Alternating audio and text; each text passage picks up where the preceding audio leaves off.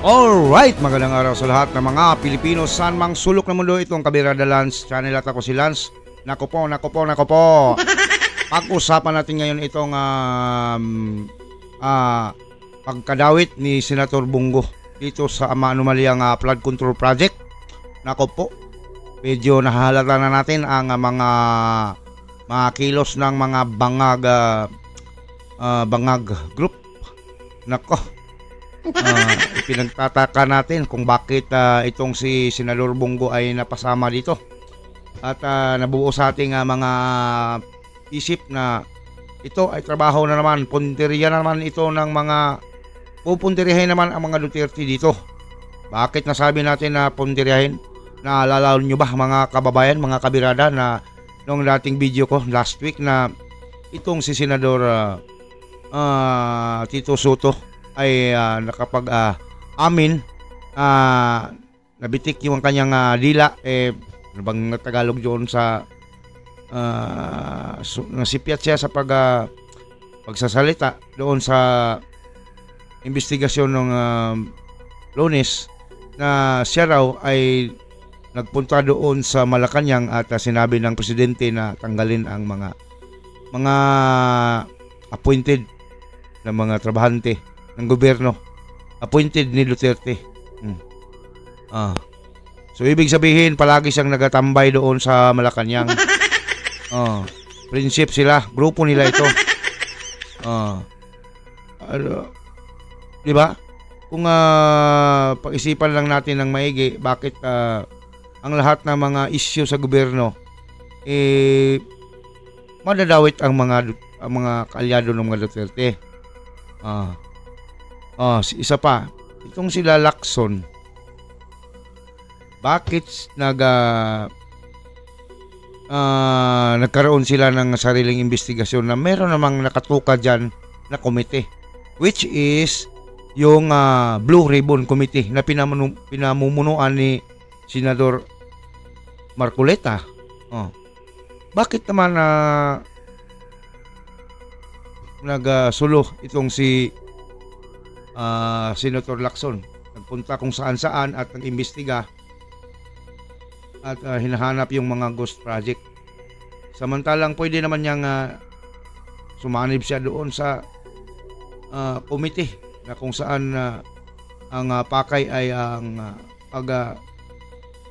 hahanap ng katotohanan dito sa flood control project. Ito na ang nabuo sa ating pag-analisa na baka itong grupong ito sila si Bam Aquino, sila si Kiko Matsing, si Tito Soto, itong si Ping Lacson na nanalo na hindi natin alam kung bakit nanalo. Ito na ang kanilang ginagawa.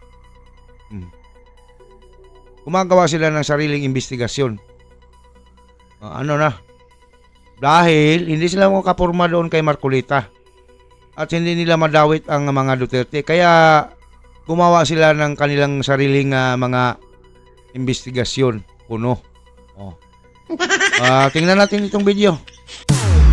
Walang takas sa investigasyon na ang ilang senador na umano'y may koneksyon sa flood control contractors. Partikular dito ang mga tumanggap umano ng campaign donations. Narito ang agenda report ni Hannah T. Sureball na tatalakayin ng Senado ang koneksyon ng... Sureball talaga. Sureball talaga. Dahil alam na. Ilang senador sa contractors ng flood control projects. Saan kaya itong totoong ang ending nito? Yan ang pagtitiyak ni Senate Minority Leader Tito Soto. Sa kabila kasi ng pagiging present ng top 15 firms sa nakaraang Blue Ribbon Committee hearing, tila obvious na hindi sila tinanong tungkol sa koneksyon sa mga senador. Assurance ni Soto, posibleng upuan ito ng Senate Committee on Electoral Reforms, lalo na't ilan sa mga kontratista naging campaign donor nila sa eleksyon. Oras na nagtawag ng electoral reforms because based on the... Pansinin nyo nga itong si Soto, mga kabirada. Kung magsasalita, hindi bumubuka ang bibig. Pansinin nyo. Sino ba ngayon? Ando doon ng comment. Ando doon ng comment. So, yun, Comelec. Hindi maaaring yan doon na Comelec. Hindi maaaring may magtanong niyan. hindi ang aring magtanong dyan. Oh. Pero maganda ang kanyang pronounce kahit hindi bumubuka itong baba niya. Itong bibig niya. Dito, investigasyon natin sa Senado, ito tawag natin itong walang ligtas itong kasamahan nating senador na dawit dito sa flood control project.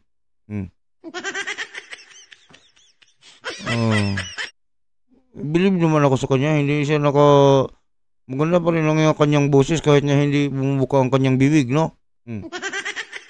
Pangalawa, pag hindi man nagkaroon, magkakaroon tayo pagdating ng budget ng Comelec. Base sa partial list ng PCIJ o Philippine Center for Investigative Journalism, 3 senador ang may koneksyon sa mga kontratista. Nako, dito na. 3 senador. Nako. Tila halata na naman. Nangunguna dito si Joel Villanueva. Bakit dinadawit nila si Joel Villanueva, mga kabirada? Si Joel Villanueva lang naman ang masyadong ganon sa mga flood control project, di ba? Di ba sa yung dating taon, last year, kanyang isiniwalat na itong flood control project pala ay kada araw ang gasto ay 1 billion. Saan ka na naman? Kaya pinatatrabaho na ito. Sige, tuloy natin muna itong video. Number 1, si Senate President Cheese Escudero Ay! na ang top camp. Sorry, si Cheese Escudero pala. Si Cheese Escudero. Bakit si Cheese Escudero, mga kababayan? Di ba maraming chismis na di umano, ang mga umuugong na ipapatrabaho talaga itong si Cheese Escudero. Bakit? Para sa 2026 na mga kanilang gagawing impeachment laban kay Vice President Sara Duterte, magiging smooth. Smooth ang pasok. Papalitan nila ng presidente sa Senado itong si Cheese. Iwan natin kung sino ang kanilang ilalagay. Baka si Soto. Para tuloy na tuloy talaga ang pagka-impeach ni Vice President Sara Duterte. Di ba? Tinatrabaho na. Sino ang may kamay dito? Sino ba ang magbenepisyo kung hindi makatakbo si Vice President Sara Duterte ng pagka-presidente? Sino ngayon ang magiging kandidato na malakas? Sino yung nag-ambisyon talaga? Lahat ay ginagawa. Gumawa ng mga insertion talaga para magkapira, para pangbayad sa mga kongresista para pumirma sa impeachment. Sino ang animal na taong ito? Kayo ang magsabi. Lagay nyo dyan. Sino ba talaga ang mag-benefits ng lahat ng ito? Kapag si Vice President Sara Duterte ay tuluyang maligwak. Campaign donor noong 2022, si Lawrence Lubiano na may-ari ng Centuryways Construction and Development Incorporated. Sumipot si Lubiano sa pagdinig pero hindi siya natanong tungkol dito. Number 2 naman, si Senator Joel Villanueva. Ang kontratistang New San Jose Builders ni dating Housing Secretary Jerry Acuzar ang isa sa top donors niya noong 2022. Si Senador Bongo naman, anak ng owner ng CLTG Builders. Dawit. Alam naman natin na mga Pilipino, tayong mga mabuting tao, alam naman natin kung kilala natin si Senator Bongo, hindi yan. Wala talagang hindi pira ang nasa utak niyan. Hindi yan nagpapayaman. Serbisyong totoo talaga yan. Bakit hindi namin masasabi? Nandito kami sa Davao. Ako'y lumad na taga Davao. Kilala naman ang mga Duterte, pati na yung si Bongo. Ini nadawit nila itong si Bongo. Bakit? Kapag si Sara Duterte ay tuluyang maligwak at hindi na pwedeng tumakbo bilang presidente sa 2028, may posibilidad na si Bongo ang magiging bearer ng mga Duterte para maging kandidato pagka-presidente. Hindi lang yan. Baka hindi lang si Bongo. Baka si Basti rin. O di si Pulong. Lahat ng mga kaalyado, lahat ng mga posibleng tatakbo na pagkapangulo. Kailangan talaga nilang i-wipe out ang mga Duterte. Hanggat sa aso na lang ang makalaban ni Tambaloslos sa eleksyon. Pero kahit aso pa ang kalaban niya, doon pa rin ako bubuto sa aso. Habang kapatid ang may-ari ng Alfrego Builders and Supply. Una na rin tinanggi ng 3 mambabatas ang involvement nila sa contracts ng mga nasabing kumpanya. Si Senator Ping Lacson ang mangunguna sa pagtalakay nito. Pisot. Si Ping at si Sut. Tinatawag silang Pisot. Nagtandem pa rin sila dito hanggang dito. Ang pinagtaka natin, bakit nanalo itong mga to? Hindi ko naman ito binubuto. Ako, sa Mindanao, walang boto yan. Lalong-lalo sa Visayas. Paano nanalo? Dinaig pa nila si Pastor Kibuloy na meron ng savings na QGC na 6 million or 7 million na mga botante na taga QGC. Dinaig pa nila. Plus pa kami na hindi QGC. Tapos mas nanalo pa itong si Bam Aquino. Wala man itong relihiyon. Wag mong sabihin na hindi bububoto yung iba sa mga QGC. Imposible. Imposible. Kaya itong si Pisot, si Ping Lacson ngayon, humihiwalay sa imbestiga ng flood control. Na samantalang mayroon namang Blue Ribbon Committee kung saan nakatoka na committee na yan. Ang committee na yan ay nakatoka para mag-imbestiga sa mga katiwalian at mga anomalya dito sa gobyerno. Bakit humihiwalay ito? Nagsusulo itong taong ito pag hanap ng mga kung ano-ano, kinakalkal yung mga ebidensya kuno. Tapos ang ending, Duterte pa rin ang tamaan. Ang tagal-tagal na nitong procedure sa mga korupsyon. Tapos ni isa walang napakulong.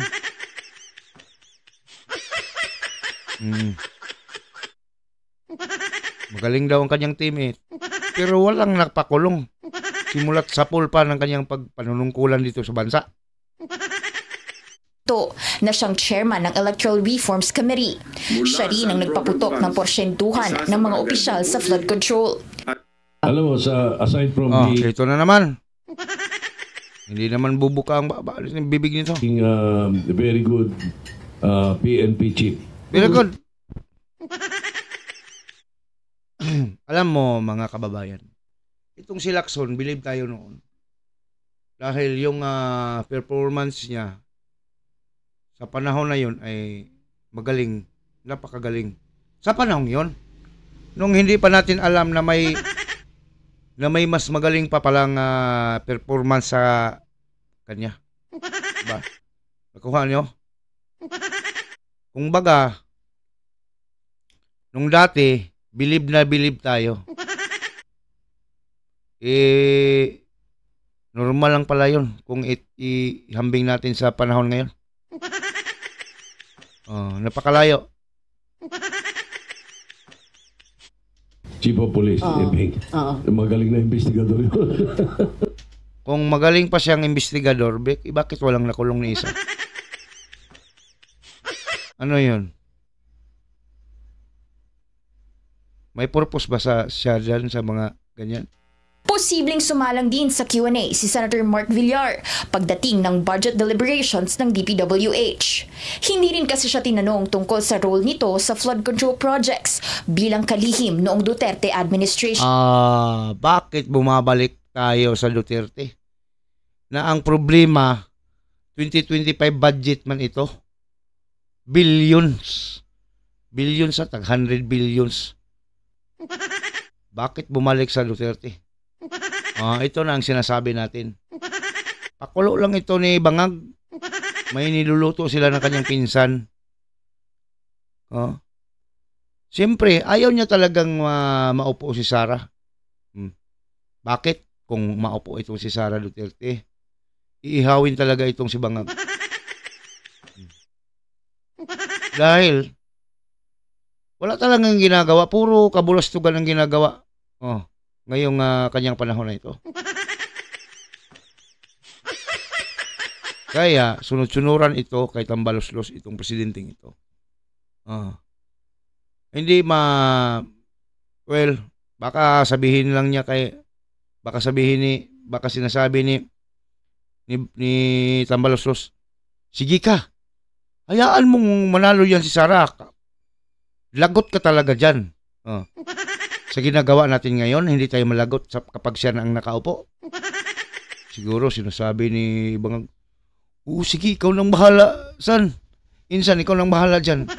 Ang importante, talaga na hindi tayo makulong pagkatapos nito. Kailangan ikaw magiging presidente. Naku, kapag nangyari na si Sara ang magiging presidente, lagot tayong dalawa. Kaya, sila pa rin ang magbenepisyo ng mga ginagawa nilang kabalastugan ngayon. By hook o by crook, talagang bibirahin nila si Sara at ang mga kalyado nito para wala talagang, sila lang talaga ang magiging makaupo dito sa gobyerno ito. Para hindi sila makulong. Para hindi mamiligro ang kanilang mga pamilya, ang kanilang mga buhay, kanilang mga ari-arian. Kaya, ganon talaga. Gagawin nila ang lahat kahit na impyerno papasukin nila para lang magpatulong kay Satanas. Gagawin nila. Dahil kapag naupo talaga itong si Sara Duterte, naku, katapusan na talaga ng kanilang mga kaligayahan. Tiniyak ni Soto na walang agreement para pagtakpan ang kaugnayan ni Villar sa issue. Wala naman kami ganun. Wala naman. Nako. Wala naman nabibring up pa ewan ko kung mabibring up sa Anak sa Iringaway Lubot.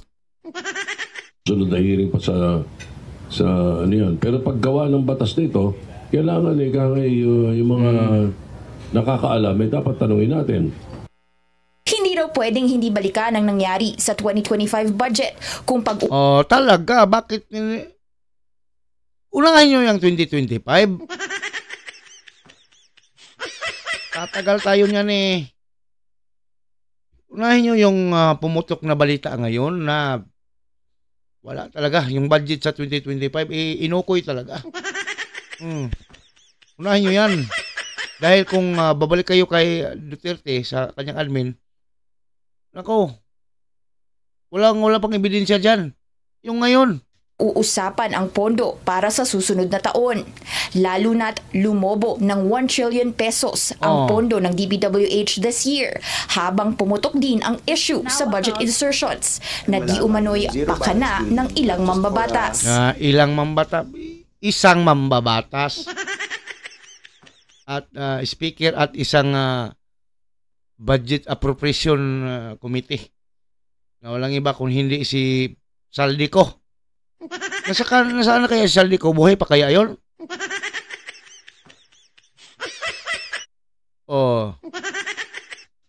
Para sa agenda. Para sa agenda. Para sa bayan. Okay mga kababayan, mga kabirada. Sa itong balitang ito na dinalawit na naman ang kalyado ng Duterte, lalong-lalo na itong napakadikit na si Bongo, na posibleng kung wala na si Vice President Sara, hindi na pwedeng tumakbo, maligwak talaga ng admin niya ito. Posibleng si Bongo ang magiging presidente natin. Kaya ito ginagawa nila. Anong masasabi ninyo dito? Post sa comment below. Maraming salamat.